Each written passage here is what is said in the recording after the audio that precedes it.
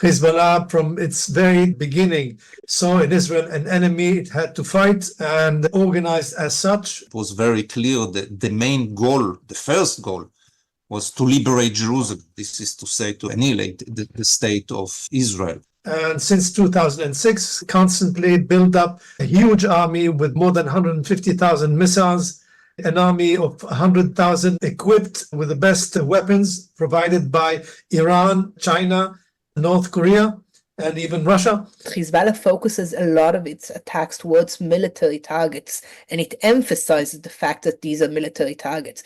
Even when it shoots towards civilian settlements, kibbutzes, it points out that the IDF is using these facilities in order to orchestrate its own operations as a manner of justifying its own actions.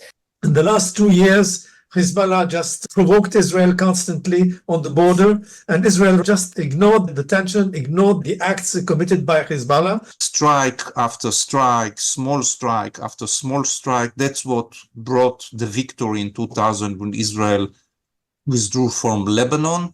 Attrition, that's what might lead eventually to the collapse of Israel. It's the only army, the only Arab party that has succeeded in driving 60,000 Israelis out of their homes, created a sort of security belt for Hezbollah, and destroyed almost 10% of all the houses along the border. Most of them are completely empty. And every day, since October 8th, every day there are attacks against these communities. There are a small number of desalination plants, electrical grid facilities, critical infrastructure that Hezbollah could take out and make life very, very difficult for Israelis. Most Christian community in the land of Israel, in the state of Israel, in October 7th, they felt the same feeling like Jews, the same fears. We were afraid from another attack in the northern border from Hezbollah.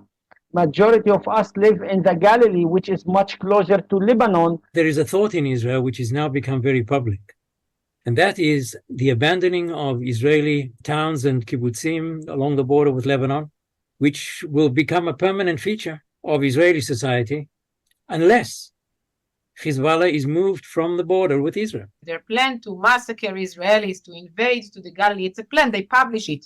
The offensive plan of Hezbollah to occupy the Galilee was published again and again and again in the past decade. It is completely similar to the offensive plan of Hamas, to what Hamas had done.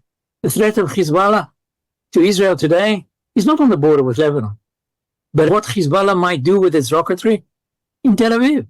Once I am with my little girl in the car and I hear the sirens, I only have 15 seconds to run for shelter. This is very different from Tel Aviv that have a minute and a half.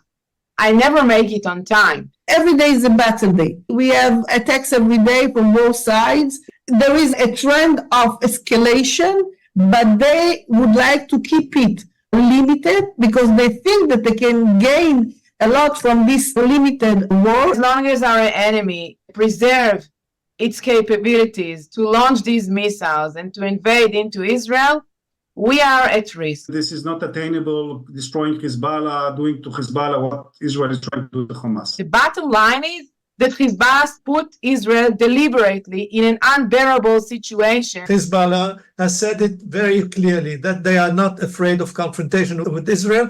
On the contrary, they are ready for that.